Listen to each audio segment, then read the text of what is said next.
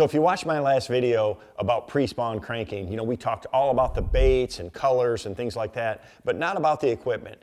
Cranking to me is a whole system, and I want to use the right setup for the conditions that I have and the cover type and the area that I'm fishing. So for instance, if I'm fishing an open water main lake grass flat, I'm going to use a longer rod. I need something that has more power and control to rip those baits out of the grass.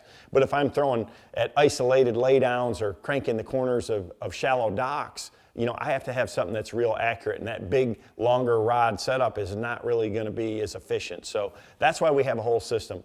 So often during this period, accuracy is important. You need to make a pinpoint cast. You want to get it tight up to the rocks. You're throwing it around some type of shallow cover, and that's where the CC1 comes in.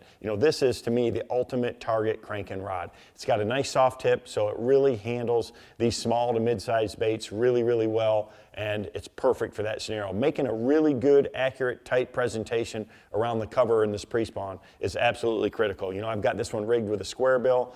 For that hybrid hunter or square bill, if you're fishing around a lot of that shallow targets, this is the setup that you want. It gives you a ton of control. I match it with my KVD crank and reel. It's got a 6:2 gear ratio, brings in 25 inches per turn, and I'm going to adjust the line size based on the depth of the cover that I'm fishing. If it's shallow, heavy cover, I'm throwing 17-pound or 20-pound fluorocarbon. If I'm trying to get this bait a little deeper, maybe I'm fishing around bluff banks and cracks in the rocks where I still need to make an accurate cast, but I want the bait to go deeper, I may go down to 10 or 12-pound test fluorocarbon. So the line size just dictates the running depth of the bait.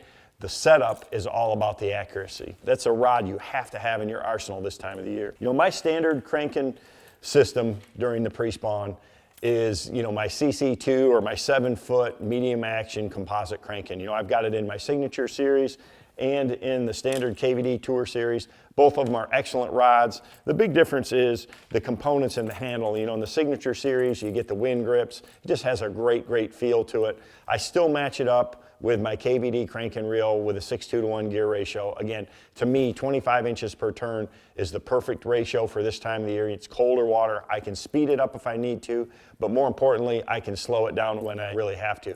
I like throwing a red-eye shad. I still throw a square bill. If I'm out in the open, I'll throw that hybrid hunter. I can just throw about anything on it. If I'm going to have one rod to do it all, it's definitely this 7-foot medium action cranking rod with this particular setup. And again, line size is all about matching the depth and the cover for it. So I'll have several of them rigged with lighter line and some with heavier line, just depending on what I'm faced with at the specific time. This one with a hybrid hunter, I'm going to have rigged with heavier line. I'm fishing it around shallow grass and things like that. With a standard red-eye shad or a Series 3 XD, I'm going to have that with lighter line on it. Another bait that you have to throw is the chick magnet. This is a great cold water bait. I throw it on that same setup again. That 7-foot medium action is a workhorse for me. And I'm just going to adjust the line size for the depth that I need the bait to run.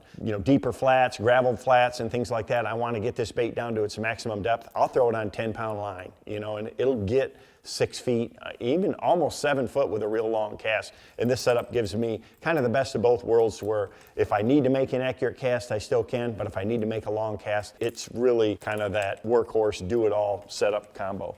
Now, if I'm really focused on trying to fish some of these deeper baits during this time of the year, the 1.5 flat, the 3XD, I need to make long casts with it. I'm going to move up to my CC4. So this is a 7-foot medium heavy action. It's got a soft tip, still throws these smaller to mid-sized baits really well. I'm going to match it up with lighter line. A lot of cases, because I'm going for distance, I'm going to even go to a larger spooled reel. If you're looking for a great crank and reel that has a lot more line capacity, the BB1 Pro is just a phenomenal reel. This is a brand new model that came out. The gear ratio is a 6:2 as well, has that same 25 inches per turn. I'm going to rig this up with 10 or 12-pound fluorocarbon. I can sling these baits a really long ways, really get them to their maximum depth, and it just gives me that much more efficiency. So if I need an open water rod, this is the setup that I'm going to go to. Having the right rod and reel combination, rod, reel, line with that crankbait is all part of that cranking system.